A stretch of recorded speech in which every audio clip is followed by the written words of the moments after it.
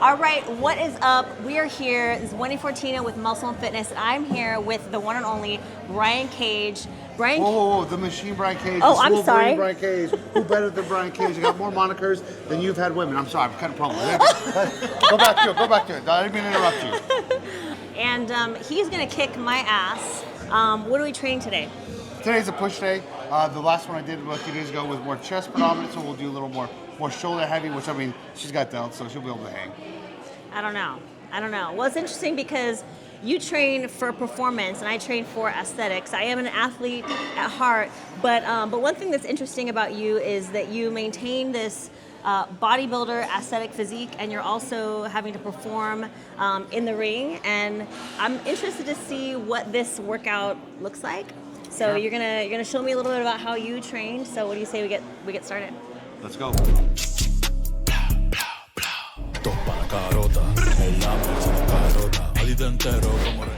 Behind the neck gets a bad rap, but it's so good for stretching the shoulders. Gets everything opened up. My stabilizers are all messed up because I'm always stabilized with a Smith machine on this, so I look like a total amateur doing this one. Okay. Sweating is good though, because when you sweat a lot, it means you have really good thermal regulation. It means that you're fit. So I think it's a good thing. Now we have the monsters back.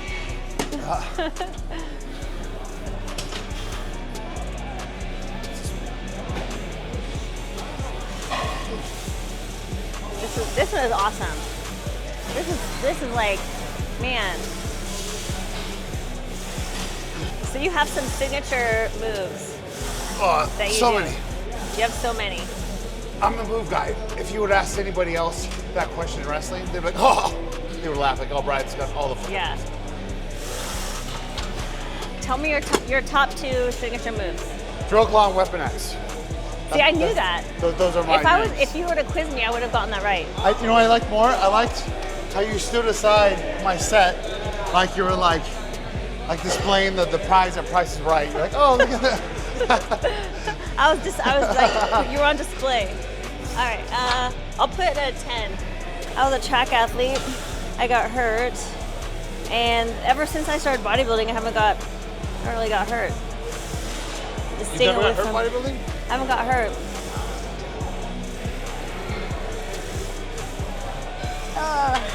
Feels like final partial reps.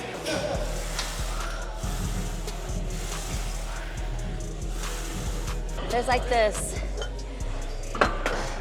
reps where, I don't know, I feel like ever since I started training more for like aesthetics, it's like my shutoff valve is like right when I feel like there's a rep that's like not in the muscle exactly, like I'm strong enough to go more, but if I don't feel the muscle being worked, I just stop. Sure, that's actually why I'm actually going down this set, but I'm also going to move this chair forward, or does it move up? It should move up, I think so, yeah. Because it's too much of an incline.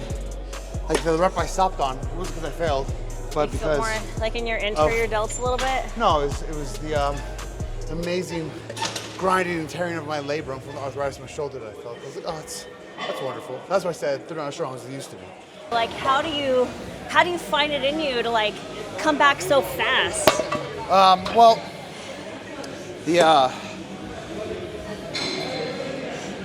so I tore this knee. I decided to get this knee worked on. I was like, all right, let's be proactive. Made summer suck, having no knee basically. And I was so, this is a good story too. So I had an Uber everywhere. So I was still Ubering to rehab every day, to the gym every day, do an oxygen chamber. So I took a ton of Ubers for like 2 weeks or so before I started driving. Oh my gosh. Out of all the Ubers I took, to and from rehab, the gym, everything else, all the Ubers, one person helped me get into the car. Because I've been a walker, both my knees were jacked, so not one person closed the door, opened the door, nothing, didn't do anything. You see me, I would go to the trunk, I'd fold my walker, I'd put in the trunk, I'd have to hand walk down their car because I can't walk. open the door, I'd sit in backwards, like scooting like this, and then I'd have to like walk forwards forever, trying to reach the door to close it, and then you just sit there the whole time. And then they're like, oh, did you have surgery or something? Like, are you serious? yes, so many Ubers. One guy freaked out, oh, no, let me help you, don't get look. Gave him a huge tip. Of course, I was 1 star and everybody, no, I'm like. Okay. And my thing is like, oh, hey, he's a guy and he looks jacked, he can take care of it. There's like, I don't know how I feel about this though, because here's the thing, okay? Yes, I get what you're saying, but look at how you look. People are like judging you, right? I must look like a damsel in distress because I get help no matter what. That's what I'm saying. Do you want to like, is it good? You know what I mean? Okay. It's kind of like a sex kind of thing. I'm like, I feel like I don't know. Definitely, if I was a girl, I feel like they would be helping me. But it's the fact that, that I was a guy, then on top of that, he looks like a muscular fit guy. But I mean, I still like, can't what? walk. Do I look like I need help? So as I'm walking with my walker, it shows I can't move, right? I put it in the trunk, and I'm literally doing this down the side of the car, trying to get to the door, and then I was like, I got these Sims on my knees one time, and it was like the worst reaction I ever had with them. And I was trying to go get my hair cut, and the same thing, like it was only for a few days, like I couldn't walk, my knees like just didn't work. Yeah. And I'm trying to get out of my car, Rob doing something, I'm like fumbling trying to get out of my car, and these two hairstylists, or like, nobody special, come running out, trying to like carry me my arm to help me. So I'm like, they're not even doing anything. The hairstylists. And I'm not even paying them, and they're out there helping me. Then so these people that I'm enlisting service for, that also would like a tip for me, do zero. I'm like, come on. And I said, with the walker, that's kind of like, regardless if I look, that's like a big neon sign over my head, like, oh, I'm injured, I'm hurt, I can't walk. And they're like, yeah, whatever. I don't know. That is pretty messed up. I just thought it was a lie. neat observation too, that it was, like, I took one Uber, and it happened, it's like, okay. But the fact that it took, I mean, maybe, up to 3 dozen Ubers, and one person. And it's funny, the one person that helped me was like over the moon about not letting me do anything. Came around, no, do this, and he's like, help me. He goes, no, get in there, I'll shut the door. And then even before he got to my home, he was taking me home, he goes, no, don't get out of the car, don't go, just wait there, I'll come out, open the door, I'll get you out, like, don't worry. Like, and I don't need that much help, but I'm like, oh, this is nice difference than how it's been every other time, so. Yeah. This is interesting though, because you're somebody who never needs help with anything. And it's a totally new experience for you to need help. And it's crazy how just that unique situation can make you see the world in a whole different light. Oh, sure. And I mean, we still have, if I'm home, and my wife's like, oh, let me know if you need something, let me know if you need something. And then, like, you hate that because you don't want someone to wait on your hand, foot, and also, I know she also doesn't want to do it all the time either, but like, I mean, if I just need to get up to get, a cup of water or something, I'm like, you don't want to feel so helpless for like, Yeah. And especially that too, like if I'm still trying to stay on track, or like I'm still trying to eat every 2.5 hours or so, I'm still trying to drink all my water, I'm still trying to take myself, and not everything's next to me 24/7. So I don't want to be like, hey, can you get this? Hey, can you get this? Hey, can you get so? Yeah. I'll tell you what the greatest invention was though. A little gimmick I got from the ER that you can hold and piss in without having to get off the bed. That was amazing. I always wake up. Are you talking about a catheter? No. It's like this little cup thing. Like even how it's bent too. Like you could just literally lay there. You don't have to even get up and pee in it, and it goes in there perfectly. But it was so great because like I get up and I pee so much up the night. So I have to get up, especially in the middle of the night, and then trying to limp to the freaking bathroom is just awful. So I'm like, I could just get up and take this. I go, perfect. Right back to sleep. I was like, it's great. No, we're done here. Oh, we're done? That was the last one. Let's do, we're gonna do some special dumbbell side laterals. Okay. Grip strength is really important for you. But my wrists are all jacked up from gymnastics and everything in life. And so I've gotten them even weaker by using wrist straps.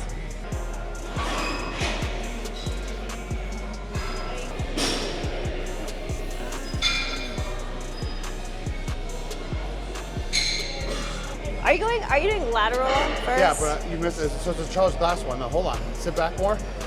Look, watch. Just see how heavy these are. Put them on your thighs. Bend your elbows more. No. Put them down like that. Bend your elbows more. Yeah, because you're going to be your shoulders here. Bend them a little bit more. Somewhere around there. You'll find a half thigh. Okay, now just pick them straight up. That's the side lateral we're doing. Okay, I should probably do this with like 10. And then afterwards, then I do burnout and I do regular ones. All right, yeah, all right. You're completely cutting the momentum out of the equation. So you train with Charles Glass? I have not. I do want to though. I did. I've met him plenty of times. I did. No, I'm just kidding. No, he's awesome. He does have a lot of unique angles. This machine is to target the chest. I am so high tech. Watch out, because I know all the lingo. Oh yeah. I've been an athlete my whole life, and I just feel like just staying with it, I don't know. It's like, it seems like I'm staying leaner, easier as I get older, to be honest. It's crazy. I don't know, maybe eventually at some point it's gonna catch up to me, but. So what you tell everyone at home is that you have it hard, the struggle. When I was younger, I craved so much more sweets. I don't know if it's like a hormonal thing or whatever. It was harder for me to eat clean when I was like in my 20s and stuff, I swear. But like as I've gotten older, I don't crave those things as much. So I feel like that's part of it too, you know? I don't know. It's multi-layered situation going on here. I have some really stupid questions to ask though, but I know you're a multiple-time world champion, and people think that wrestling is fake, but it's not. It's so real. You guys are such badasses. When you win a title, is that not predetermined? I mean, this is a stupid question, but I really want to know.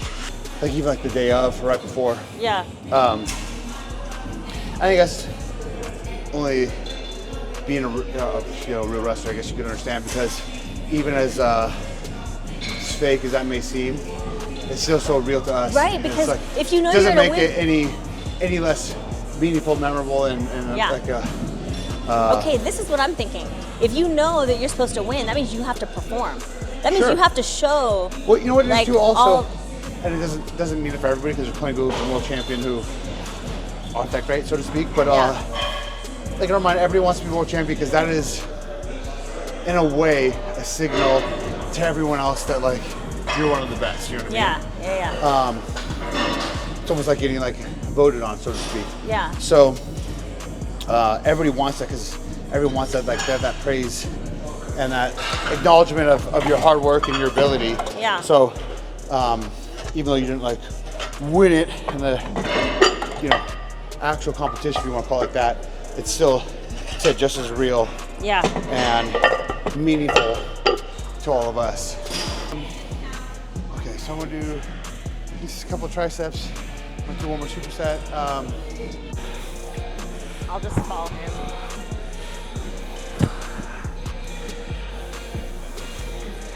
Nice.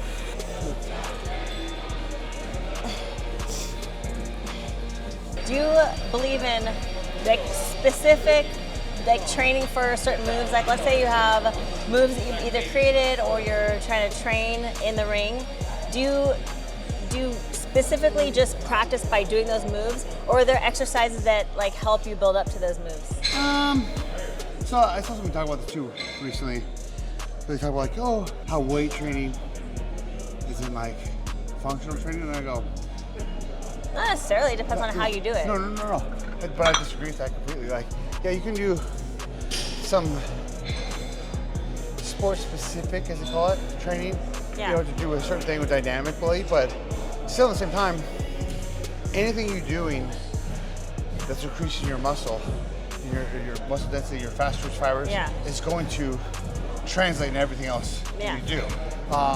The guy, was it David Lane?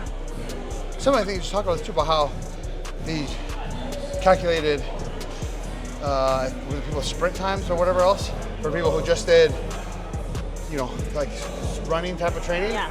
And so we did running type of training with weight training, and the weight training people beat like best at their time before than the people that did do the weight training. So you show like, obviously squats has nothing to do with sprinting, but if you're building your legs up from gaining strength and muscle from squatting, it's going to translate to how you're I like the Redcon 1 logo. I like that looks badass. That's our main sponsor. I've been with now for like 5.5 years or whatever. Yeah. So. Yeah, but he's rocking the OG 5-pack or 5-pack. Yeah, 5-pack. You know what? When those came out, and all the like Tupperwares and everything like that, I always would take the Tupperware out and just use it as a cooler. And wait, that's why I have this one's just yeah. like my gym bag. Yeah. And then I have another one that says it's my meal bag. That's my meals. It operates good like that. So, yes. yeah, it's great. This is how the champions do it. So I remember seeing that for the first time because I really just had like the generic little cooler bag I'd bring with me from like Walmart. And I remember the very first LA Fit Expo was when I first saw a 6-pack bag and I was like, what is this?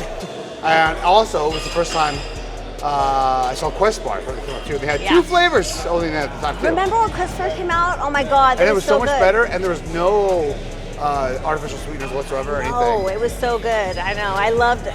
When Quest Bar came out, it was like I was like. I remember so I wanted those bags, and I was so broke too. And I go to this Max Muscle. I became really good friends with this guy named Matt Stevenson. He actually coached me for my first couple bodybuilding shows. But I'm in there, and he's like trying to talk to me, and I'm like kind of like, oh, whatever, like treating him like a GNC employee. I'm like, you don't know nothing. I'm just looking, and I'm looking at this bag, and he goes, oh, there's a cool bag, son. I'm like, yeah, they're cool. I'm like, leave me alone, just chilling.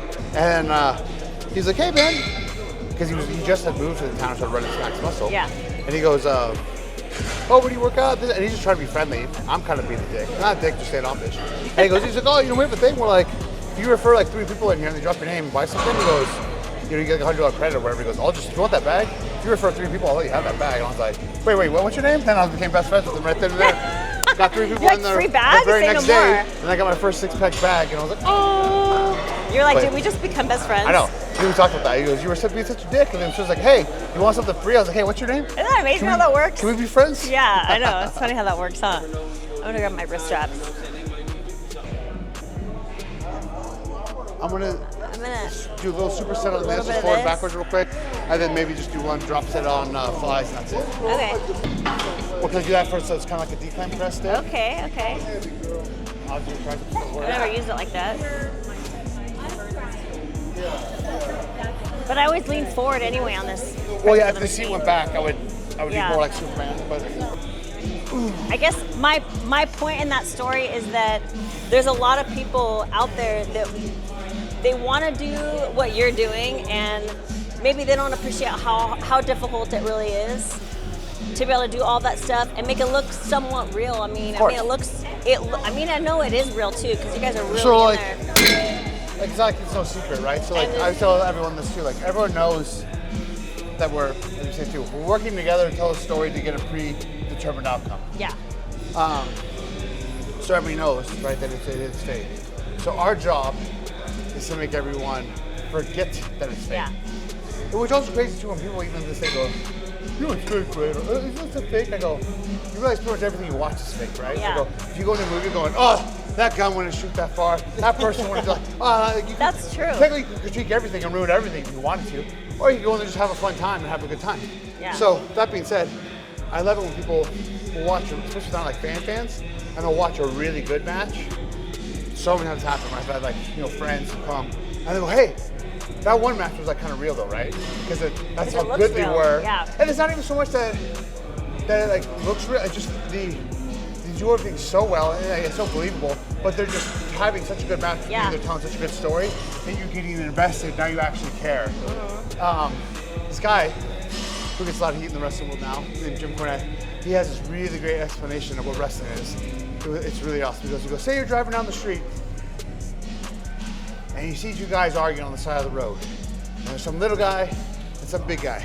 And they're going back and forth or whatever, and the fucking big guy starts whooping the shit out of the little guy. You're like, oh man, that little guy's getting his ass kicked. And you're kind of watching it, and then you're like, man, kind of getting behind the little guy going, man, I hope he comes back. Yeah. And out of nowhere, he fucking catches him with the right, and he starts starting the big guy, and he starts coming back, and you're getting into it, and you're like, yeah. He goes down. Pretend you know the little guy. He's your neighbor. He's one of your best friends. And the other guy, that guy's the biggest fucking asshole in school. You hated him. You always wanted your ass kicked. Now you're fucking super root for the little guy. Hey, you might be willing to throw $5 on to watch it. And that's pro wrestling. And yeah. That's a good one. That's good. I was like, that's really well, succinctly put, for sure. Yeah. Nice.